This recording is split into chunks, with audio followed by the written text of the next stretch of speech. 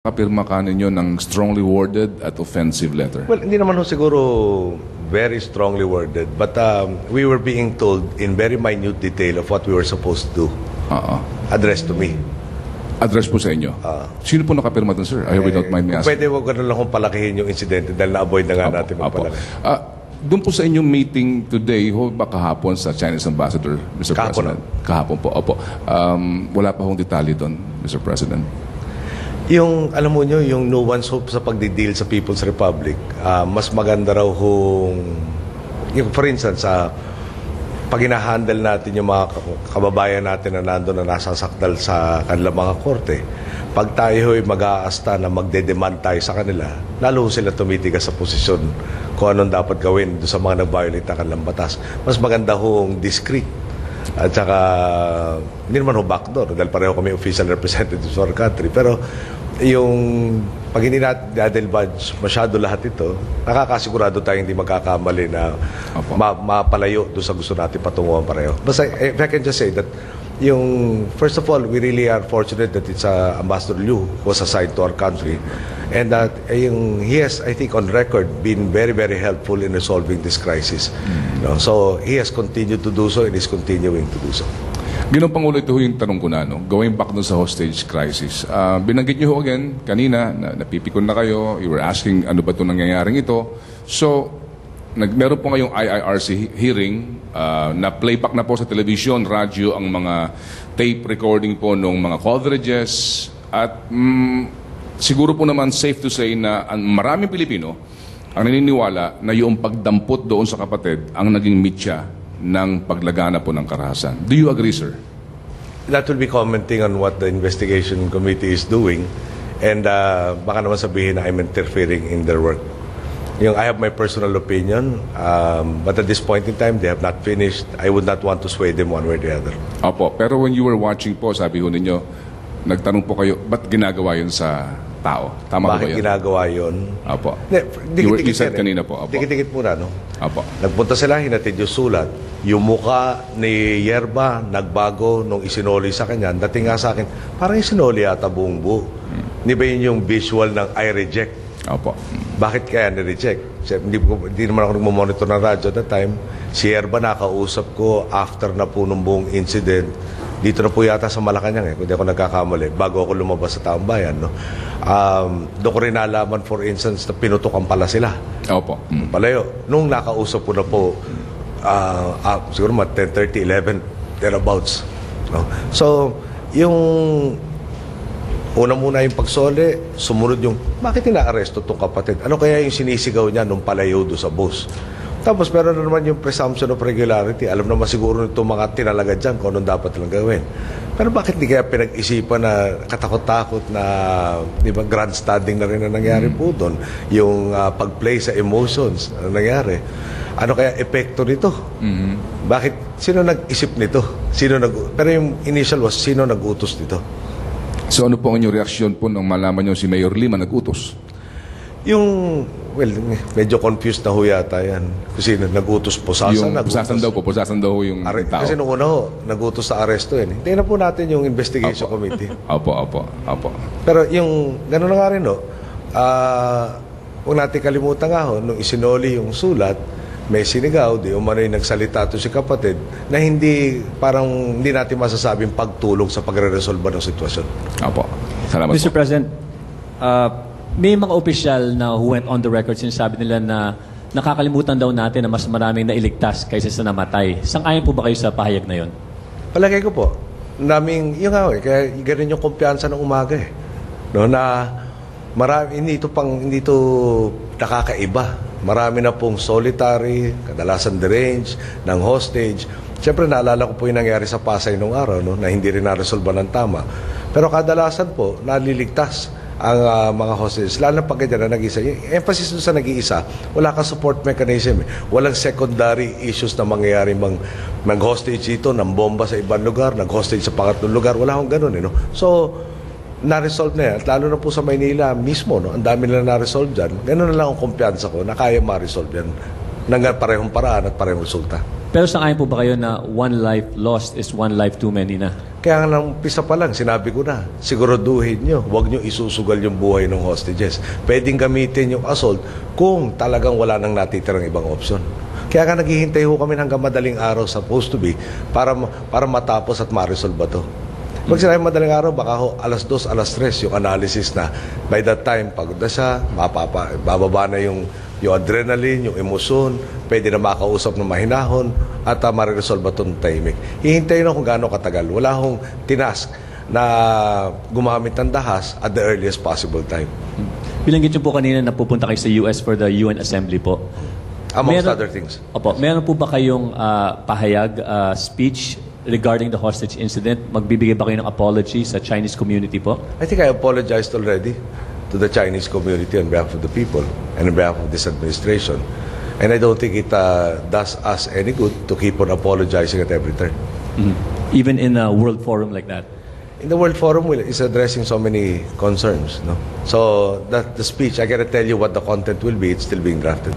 All right. Thank you, sir. Mr. President, meron pong nagsasabi na ang management style daw ninyo is not hands-on enough. Ito po bang crisis na ito ay nakapagbukas sa kaisipan ninyo para i-adjust, para iayos, or ang management style po ninyo? Yung pag-define ho nila kasi nung management style na hands-on, dapat nando ka, nasa sentro ka ng aktibidades. Tanong ko lang ho sa iyo, Timel, di ba, palagay ko naman, sasangayon ka sa akin, dumating ako doon, kinausap ko si Mendoza. Maraming hihingin si Mendoza, lampas-lampas na original demand niya. Lalo makakakomplikado doon sa security forces natin.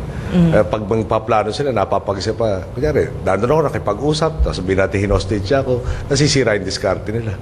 So would that have helped the situation? Or hindi ba even in hindsight, mas maganda na nga na hindi ka directly visible to Mendoza as a yung parang in the middle of the whole thing na will inflame his illusions of self-worth also and in the demands that he can expect to get from the government. So, yung sa hands-on, I really have been trained that it is best to delegate to people once clear-cut policies have already been defined. It goes without saying that I cannot be managing every department on a day-to-day basis all the time. And that will not serve the interest of the people best. No? Look at the energy situation ng Basyang. No? Didn't Secretary Almendras really succeed in restoring our power within 24 hours instead of the 4 days or so that the power companies were telling us to take to restore it? So that was successful. Yung jobs that are forthcoming, no? And actually that have already arrived, no? I think also points out to the fact that the style is succeeding. Meron hong savings na natamasa ang Department of Agriculture, and these are between 30 to 60 million because we put in the correct persons in both the Department of Agriculture and the OST. So, natuklasan na yung hinihingi equipment over-specified, tailor-made to a particular supplier, ni-review ng both departments at na-save natin anywhere from, again, half or the total price of the item that was going to be gotten. So, ulitin ko lang hindi ako sasang-ayon at hindi ko naman talaga estilo na magpabida sa lahat ng sitwasyon. Importante sa akin dito, at the end of the day, meron bang tamang nangyari dyan? Meron bahang nangyari? Nailikas ba yung tao? Inaasikaso? Nandyan yung gamot? Nandyan yung pagkain? Pero hindi naman tayo araw-araw, pasensya na po at wala akong iniinsulto dito, na hindi naman parang araw-araw dating sa akin dapat nangangampanya ako. Importante sa akin, maibigay yung kredito doon sa mga talaga nagtrabaho. Pero mas pinaka-importante, yung obligasyon sa tao ay nangyari. Hindi yung sinong bida. Alam mo ni kasamang Ted yan, nung kami congressman pareho, meron tayong mga kasamahan, pag hindi sila ang star billing, hindi sasangayon sa batas na napakaganda. At kami naman sama na si Ted, pumapayag na sige, ikaw na mauna, maituloy lang itong batas na magandang to. What I was referring to, sir, is salitang tapatan, in hindsight now, wala po ba kayong episodes na sana ganitong ginawa ko, sana ganitong nangyari, sana inutos ko ito, sana nag-assign ako ng in charge of media para walang sabog sa wala po bang ganon? Walang episodes na pumapasok sa inyo? Well, nandun na yun. Yung katulad sa video in particular, sana nga I had time to sit down with them and tell them ganito dapat ang gagawin dito. But I think I had my plate really full on that particular day. Perhaps we have to institute yung really refinement in the processes involved. Pero babalik ako lang ho sa inyo. Ano naman ang mali, Ate Mel Duzano? SAF commander dati, NCRPO ngayon. Proven by so many reviews of competencies. Tapos nandyan siya in a position to intervene if necessary, has a subordinate that is presumably trained in crisis management, at least to the degree that the manual calls for, has undergone so many trainings also, was formerly MPD head, and got back to the MPD head. At nag-assurances lahat, pati na yung Director General, na ito ang mga mangyayari. Oh. Mali ko ba doon na pinagtiwalaan itong mga taong to na hindi naman biro ma-attain yung star rank o yung flag rank? Hindi ba? Hindi po sinasabing hindi nyo dapat pinagkatiwalaan, sir. Yeah, ang binabanggit lang, yung, may mga iba na nag-iisip na kung kayo po ay lumabas ng mas maaga. Nandun po ako sa command center, sabihin natin, kada magdidesisyon sila, titingin sa akin. Gawin nyo to, gawin nyo yan. No? Pag kinailangan ako sa ibang lugar, nung araw na yon, tapos nasanay na sila buong araw, titingin sa akin muna bago magdesisyon. Pag biglang nagwala yung si Mendoza, sino mag-go doon sa assault? Tatawagan lang muna ako. Ayokong sila sanayin na kailangan ganun ang magiging proseso. Dahil sila nga tinalaga na dapat may kakayahan at dapat kaya magresponde sa yung pinakamabilis na panahon sa mga fast-developing situations. So it was a conscious choice. No? Yung I can stay there, have my picture taken by everybody, show to the public, I'm so concerned about this. But at the same time, I will impede the abilities and the efficiencies that the people who are trained to handle these things can do. And that was a conscious decision. Let them who have been trained, who are most current in all of these aspects, to undertake the decisions. Don't second guess them. Don't be at their backs, really trying to, parang, sa pagmamanaw, yung backseat driving. Palagay ko talaga, lalo makakasira sa lahat ng gagawin kung masyadong visible na nakatingin sa kanila yung over their shoulders. So that was a conscious choice. Will I do it again? Most probably. No? We'll have to have a more rigorous selection of people that you place in very critical situations. More education and training for everybody concerned who can be in such a situation.